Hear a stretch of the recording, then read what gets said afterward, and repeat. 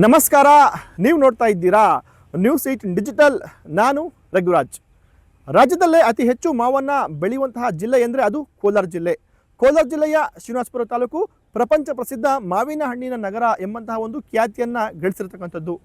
ಈ ಒಂದು ಕೋಲಾರ ಜಿಲ್ಲೆಯಲ್ಲಿ ಶ್ರೀನಿವಾಸಪುರ ತಾಲೂಕು ಸೇರಿ ಸುಮಾರು 47,000 ಹೆಕ್ಟೇರ್ ಪ್ರದೇಶದಲ್ಲಿ ಈಗಾಗಲೇ ಮಾವನ್ನು ರೈತರು ಬೆಳೆದಿರ್ತಕ್ಕಂಥದ್ದು. ಸುಮಾರು 1 ಲಕ್ಷಕ್ಕೂ ಹೆಚ್ಚು ಸಂಖ್ಯೆಯಲ್ಲಿ ರೈತರ ಜೊತೆಗೆ ಅವರ ಒಂದು ಕುಟುಂಬಸ್ಥರು ಈ ಒಂದು ಮಾವಿನ ಒಂದು ವಾರ್ಷಿಕ ವರಮಾನದ ಮೇಲೆ ತಮ್ಮ ಒಂದು ಜೀವನವನ್ನು ಕೂಡ ನಡೆಸ್ತಾ ಇದ್ದಾರೆ.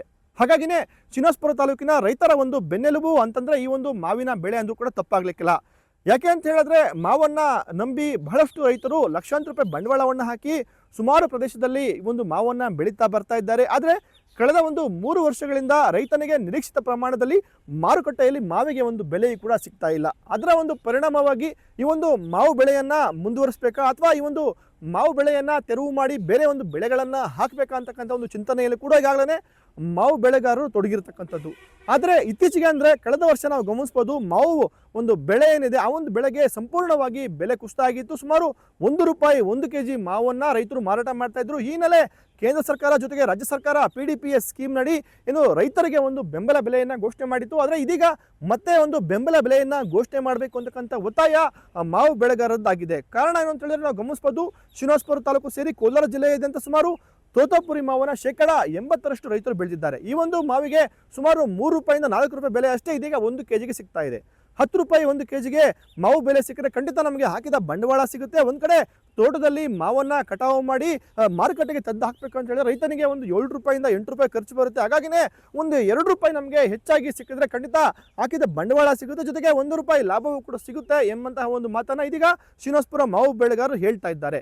ಕಳೆದ 15 ದಿನದಿಂದ ಈ ಒಂದು ಶ್ರೀನಿವಾಸಪುರ APMC ಮಾರುಕಟ್ಟೆಯಲ್ಲಿ ಮಾವು ಒಂದು ಸುಗ್ಗಿ ಕೂಡ ಆರಂಭವಾಗಿದೆ. ರೈತರು ಮಾವನ್ನು ಕಟಾವು ಮಾಡಿ ನಿರಂತರವಾಗಿ ಒಂದು ಮಾರುಕಟ್ಟೆಗೆ ಹಾಕ್ತಕ್ಕಂಥ ಕೆಲಸವನ್ನು ಕೂಡ ಮಾಡ್ತಾ ಇದ್ದಾರೆ. ಆದರೆ ಏನು ಮಧ್ಯಪ್ರಾಚ್ಯ ರಾಷ್ಟ್ರಗಳಲ್ಲಿ ಒಂದು ಯುದ್ಧದ ಒಂದು ಎಫೆಕ್ಟ್ ಇರುವ ಒಂದು ಪರಿಣಾಮವಾಗಿ ಮಾವು ಪಲ್ಪ್ ಫ್ಯಾಕ್ಟರಿಗಳಿಂದ ಪಲ್ಪ್ ಪೂರೈಕೆ ಕೂಡ ಈಗಾಗಲೇ ಸ್ಥಗಿತ ಆಗಿರ್ತಕ್ಕಂಥದ್ದು. ಮತ್ತೊಂದು ಕಡೆ ಈ ಒಂದು ಪಲ್ಪನ್ನು ತಯಾರು ಮಾಡಿ ಹಾಕ್ತಕ್ಕಂಥ ಒಂದು ಡ್ರಮ್ಗಳು ಜೊತೆಗೆ ಕವರ್ಗಳ ಒಂದು ಪೂರೈಕೆ ಕೂಡ ಅಂದರೆ ಅಲ್ಲಿಂದ ಒಂದು ಆಮದನ್ನು ಕೂಡ ಇಲ್ಲಿ ಫ್ಯಾಕ್ಟರಿಗಳ ಮಾಲೀಕರು ಮಾಡಿಕೊಳ್ಬೇಕಾಗಿದೆ. ಅದೇ ಅದು ಸಾಧ್ಯ ಆಗದೇ ಇರುವಂತಹ ಒಂದು ಹಿನ್ನೆಲೆಯಲ್ಲಿ ಇದೀಗ ಕಂಪ್ಲೀಟ್ ಆಗಿ ಒಂದು ಪಲ್ಪ್ ಫ್ಯಾಕ್ಟರಿಗಳು ರೈತರಿಂದ ಒಂದು ಮಾವು ಖರೀದಿಯನ್ನು ಕೂಡ ಈಗಾಗಲೇ ಸ್ಥಗಿತ ಮಾಡಿರ್ತಕ್ಕಂಥದ್ದು. ಈ ಹಿನ್ನೆಲೆ ಬೆಲೆ ಕೂಡ ಒಂದು ಕುಸಿತ ಕೂಡ ಆಗಿರ್ತಕ್ಕಂಥದ್ದು. ಮತ್ತೊಂದು ಕಡೆ ಬೇಡಿಕೆ ಕೂಡ ಬಹಳಷ್ಟು ಒಂದು ಪ್ರಮಾಣದಲ್ಲಿ ಈಗಾಗಲೇ ಕುಸಿದಿರುವಂತಹ ಒಂದು ಹಿನ್ನೆಲೆಯಲ್ಲಿ ಇದೀಗ ಮಾವಿನ ಬೆಲೆ ಏನಿದೆ ಬಹಳಷ್ಟು ಒಂದು ಕುಸಿತ ಆಗಿರ್ತಕ್ಕಂಥದ್ದು. ಸುಮಾರು 15ಕ್ಕೂ ಹೆಚ್ಚಿನ ಒಂದು ಬಗೆ ಬಗೆಯ ಮಾವನ್ನ ಶ್ರೀನಿವಾಸಪುರ ತಾಲೂಕಿನಲ್ಲಿ ಬೆಳೀತಾರೆ. ಅದರಲ್ಲೂ ಪ್ರಮುಖವಾಗಿ ತೋತಾಪುರಿ ಮಾವನ್ನ ಹೆಚ್ಚಾಗಿ ರೈತರು ಇಲ್ಲಿ ಬೆಳೀತಾ ಇದ್ದಾರೆ. ಹಾಗಾಗಿನೇ ಈ ಒಂದು ತೋತಾಪುರಿ ಮಾವಿಗೆ ಈಗಾಗಲೇ ಸುಮಾರು ₹3 ಇಂದ ₹4 1 kgಗೆ ಸಿಗ್ತಾ ಇದೆ. ಹಾಗಾಗಿನೇ ಈ ಒಂದು ಮಾವಿಗೆ ಸರ್ಕಾರ ಒಂದು ₹10 ಬೆಂಬಲ ಬೆಲೆಯನ್ನ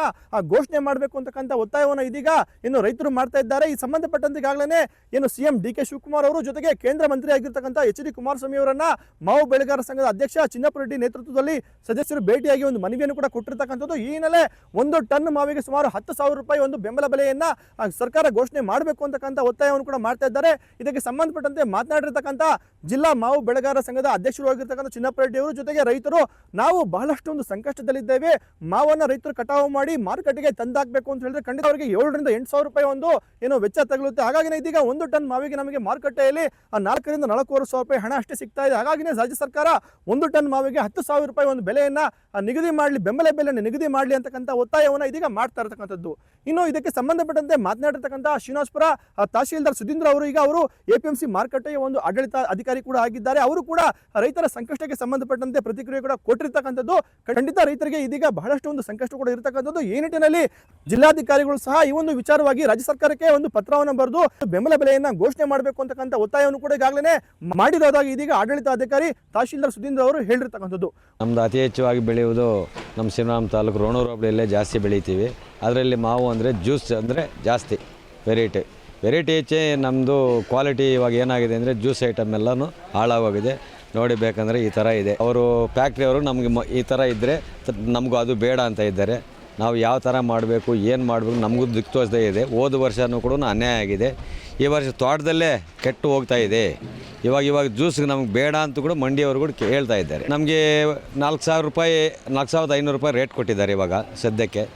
ಮತ್ತು ನಿಮಗೆ ರೇಟ್ ಬರೋಲ್ಲಪ್ಪ, ನಮ್ಮ ಕಾಯು ಬರೋಲ್ಲ, ನಮ್ಮ ಫ್ಯಾಕ್ಟ್ರಿಗೆ ಹಾಕಿದ್ರೆ ಫ್ಯಾಕ್ಟ್ರಿಯಿಂದ ದುಡ್ಡು ಕೂಡ ನಮ್ಮ ಮಂಡಿಗೆ ಬರ್ತಾಯಿಲ್ಲ, ನಿಮ್ಮ ಇಷ್ಟ ಅಂತ ಅವ್ರು ಹೇಳ್ತಾ ಇದ್ದಾರೆ.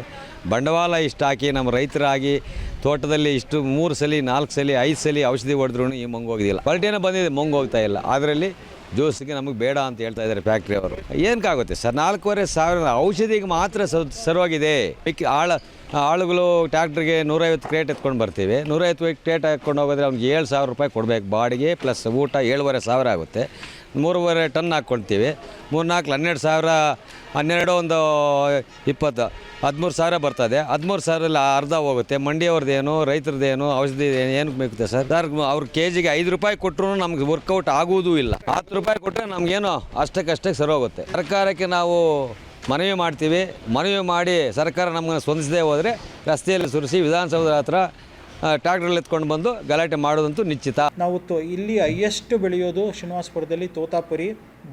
ಬಹುತೇಕ ಟೇಬಲ್ ಕ್ರಾಪ್ ಬಿಟ್ಟರೆ ಗರಿಷ್ಠ ಅದು 7 ರೂಪಾಯಿ ಹೋಗ್ತಾ ಇದೆ. ಟೇಬಲ್ ಅಂದರೆ ನೇರವಾಗಿ ಬಳಕೆದಾರ ದಿನನಿತ್ಯದಲ್ಲಿ ಅವ್ರ ಮನೆಯಲ್ಲಿ ಹಣ್ಣನ್ನು ಕಟ್ ಮಾಡ್ಕೊಂಡು ತಿನ್ನೋದಿರ್ಬೋದು, ಅಥವಾ ಆ ಕ್ವಾಲಿಟಿ ಇರೋದು ನಮ್ಮ ತೋತಾಪುರಿ 7 ರೂಪಾಯಿ ಹೋಗ್ತಾ ಇದೆ.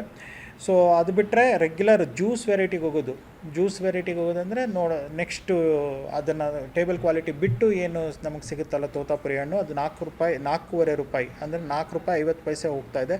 ಹಾಗೆಯೇ ರಾಜಗಿರಿ ಕನಿಷ್ಠ 10 ರೂಪಾಯಿಂದ 20 ರೂಪಾಯಿ ಕೆಜಿಗೆ, ಬೆನಿಷಾ 19ರಿಂದ 22 ರೂಪಾಯಿ ಹೋಗ್ತಾ ಇದೆ. ರಸಪುರಿ 10 ರೂಪಾಯಿಂದ 18 ರೂಪಾಯಿ ಹೋಗ್ತಾ ಇದೆ. ಬಾದಾಮಿ 20ರಿಂದ 28 ರೂಪಾಯಿ ರೈತರಿಂದ ನಮ್ಮ ಇದರಲ್ಲಿ APMCನಲ್ಲಿ ನಮ್ಮ ವರ್ತಕರು ಖರೀದಿಸ್ತಾ ಇದ್ದಾರೆ. ಹಾಗೆಯೇ ಮಲ್ಲಿಕಾ ಬಂದುಬಿಟ್ಟು 16 ರೂಪಾಯಿಂದ 28 ರೂಪಾಯಿವರೆಗೂ ಖರೀದಿಸ್ತಾ ಇದ್ದಾರೆ ಕ್ವಾಲಿಟಿ ಮೇಲೆ. ಈಗ ಏನು ಮಧ್ಯಪ್ರಾಚ್ಯದಲ್ಲಿ ಒಂದು ಯುದ್ಧ ನಡೀತಾ ಇದೆ. ಈ ಹಂತದಲ್ಲಿ ಪಲ್ಪ್ ಇಂಡಸ್ಟ್ರಿ ಏನು ಪಲ್ಪ್ ರೆಡಿ ಮಾಡಿರ್ತಾರೆ, ಆ ಒಂದು ಪಲ್ಪು ಪೂರೈಕೆ ಆಗೋದು ತುಂಬ ಕಡಿಮೆ ಆಗಿದೆ. ಎಕ್ಸ್ಪೋರ್ಟ್ ರಫ್ತಾಗ್ತಾ ಇತ್ತಲ್ಲ, ಆ ರಫ್ತು ಕಡಿಮೆ ಆಗಿದೆ. ಅಲ್ಲಿ ಇವರು ತರಿಸ್ಕೊಳ್ತಾ ಇಲ್ಲ ಇದನ್ನು. ಸೊ ಆ ಒಂದು ಮುಖ್ಯ ಕಾರಣದಿಂದಾಗಿ ಪಲ್ಪು ಹೋಗ್ತಾ ಇಲ್ಲ ಆಚೆಗೆ.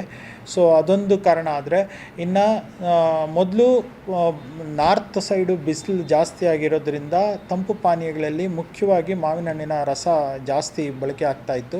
ಆದರೆ ಈಗ ಆಲ್ಮೋಸ್ಟ್ ಅಲ್ಲಿನೂ ಸಾಕಷ್ಟು ಮಾವು ಬೆಳೆ ಬರ್ತಾ ಇರೋದ್ರಿಂದ ಆಲ್ಮೋಸ್ಟ್ ಸೆಲ್ಫ್ ಸಸ್ಟೈನ್ ಅಲ್ಲಿ ಪೂರೈಕೆ ಮ್ಯಾಚಿಂಗ್ ಆಗ್ತಾ ಇರೋದ್ರಿಂದ, ಮತ್ತು ಲಾಸ್ಟ್ ಇಯರ್ ಏನಾಯಿತು ನಮಗೆ ಅಲ್ಲಿ ಚಳಿಗಾಲ ಬೇಗ ಮಳೆಗಾಲ ಬೇಗ ಸ್ಟಾರ್ಟ್ ಆಗಿ ಮಳೆ ಜಾಸ್ತಿ ಆಗಿದ್ದರಿಂದ ಬಿಸಿಲು ಕಡಿಮೆ ಆಗಿದ್ದರಿಂದ ಆ ಒಂದು ಕನ್ಸಂಪ್ಷನ್ ಬಳಕೆ ಪ್ರಮಾಣ ಕಡಿಮೆ ಆಗಿರೋದ್ರಿಂದ ಲಾಸ್ಟ್ ಇಯರ್ ಟ್ಯಾಕ್ಸೇ ಇನ್ನೂ ನಮಗೆ ಮೂವ್ ಆಗದೆ ಇರೋದ್ರಿಂದ ಈ ವರ್ಷ ನಮ್ಮ ಮ್ಯಾಂಗೋ ಇಂಡಸ್ಟ್ರಿ ಇಲ್ಲೇನು ಲೋಕಲ್ ಇರ್ಬೋದು ಮತ್ತು ತಮಿಳ್ನಾಡಲ್ಲಿರ್ಬೋದು ಏನು ಮಾವಿನ ಹಣ್ಣುಗಳ ಮತ್ತು ಆಂಧ್ರದಲ್ಲಿ ಮಾವಿನಕಾಯನ್ನು ಈ ತೋತಾಪುರಿ ಮಾವಿನಕಾಯನ್ನು ಅಂದರೆ ಪಲ್ಪ್ ಫ್ಯಾಕ್ಟ್ರಿ ಮೇಯ್ನ್ ಜೀವಾಳನೇ ಅದನ್ನು ಖರೀದಿಸೋದಕ್ಕೆ ಹಿಂದೇಟು ಸ್ವಲ್ಪ ನಡೀತಾ ಇದೆ. ಆದರೆ ಆಲ್ರೆಡಿ ನಮ್ಮ ಇದರಲ್ಲಿ ಬಾದಾಮಿ, ನಮ್ಮ ಶ್ರೀನಿವಾಸಪುರದಲ್ಲಿ 2 ಫ್ಯಾಕ್ಟ್ರಿ ಇದೆ. ಬಾದಾಮಿ ಖರೀದಿ ಸ್ಟಾರ್ಟ್ ಆಗಿದೆ. ತೋತಾಪುರಿ ಇನ್ನು 10ನೇ ತಾರೀಕಿಂದ ಅಂತ ಹೇಳ್ತಾ ಇದ್ದಾರೆ.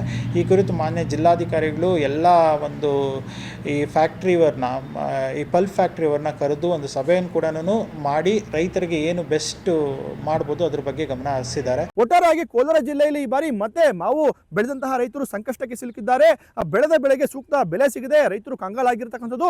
ವರ್ಷವಿಡೀ ಈಗಾಗಲೇ ಮಾವು ಬೆಳೆಗೆ 10 ಬಾರಿ ಕೀಟನಾಶಕವನ್ನು ಸಿಂಪಡಣೆ ಮಾಡಿರ್ತಕ್ಕಂಥ ರೈತರು ಸಾವಿರಾರು ರೂಪಾಯಿ ಜೊತೆಗೆ ಲಕ್ಷಾಂತರ ರೂಪಾಯಿ ಒಂದು ಬಂಡವಾಳವನ್ನು ಕೂಡ ಹಾಕಿರ್ತಕ್ಕಂಥದ್ದು.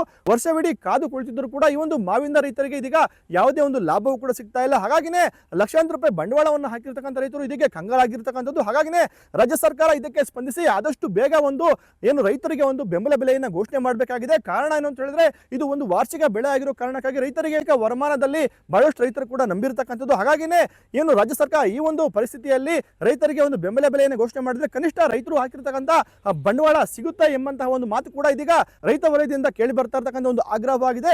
ರಾಜ್ಯ ಸರ್ಕಾರ ತಡ ಮಾಡದಲ್ಲೇ ಖಂಡಿತ ರೈತರ ಒಂದು ನೆರವಿಗೆ ಧಾವಿಸಿದ್ರೆ ಖಂಡಿತ ರೈತರಿಗೆ ಬಹಳಷ್ಟು ಒಂದು ಸಹಕಾರ ಕೂಡ ಆಗುವಂತದ್ದು. ರಘುರಾಜ್, News18, ಕೋಲಾರ. ನಿರ್ಭೀತ, ನಿಷ್ಪಕ್ಷಪಾತ, ವಿಶ್ವಾಸಾರ್ಹ ಸುದ್ದಿಗಳಿಗೆ ಮತ್ತೊಂದು ಹೆಸರಾಗಿರುವ News18 ಕನ್ನಡ ಈಗ ಆಪ್ನಲ್ಲೂ ಲಭ್ಯವಿದೆ. ದಯವಿಟ್ಟು ಇಲ್ಲಿರುವ QR ಕೋಡ್ ಸ್ಕ್ಯಾನ್ ಮಾಡಿಕೊಂಡು ಆಪ್ ಡೌನ್ಲೋಡ್ ಮಾಡೋದಕ್ಕೆ ಮರಿಬೇಡಿ. ನಿಮ್ಮ ಬೆಂಬಲ ಹೀಗೆ ಸದಾ ನಮ್ಮೊಂದಿಗಿರಲಿ. ಧನ್ಯವಾದ.